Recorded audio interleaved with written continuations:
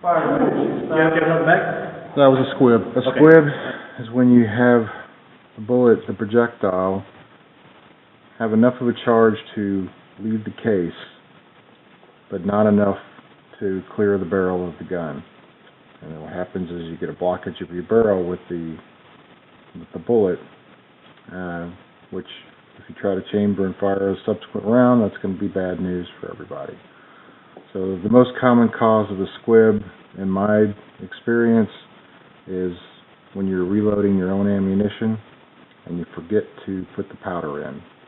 You know, in a .45 casing like this, there's not a lot of powder. It only stands about maybe a quarter to a half inch deep in the case.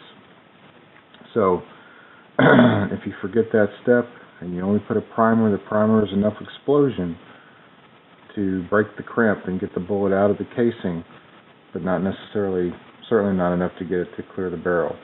So what then you have is a blockage of your barrel. So in this case, you've got a squib jammed in your forcing cone.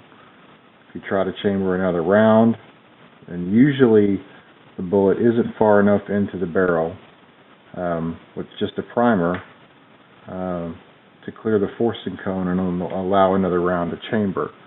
But if it is, or if you have a undercharge, you know, you have some powder but not enough, you could get it into the barrel in another round would chamber, and then you'd have a serious problem.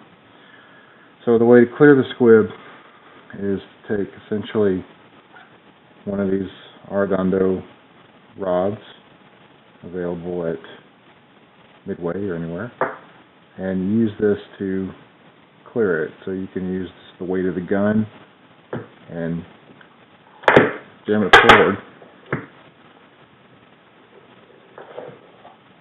and that would be enough force. You could put enough force for the gun to typically free the round.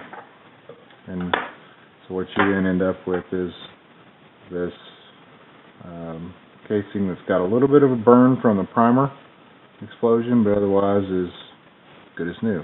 And I'm going to play for you a very short clip, which will be helpful in helping you recognize the sound a squib makes when you get a squib.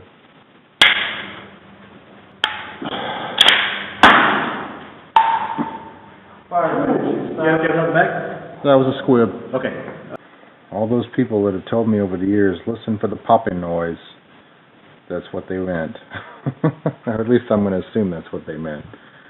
So the squib is going to sound like a bit of, like a pop, like a little hollow pop.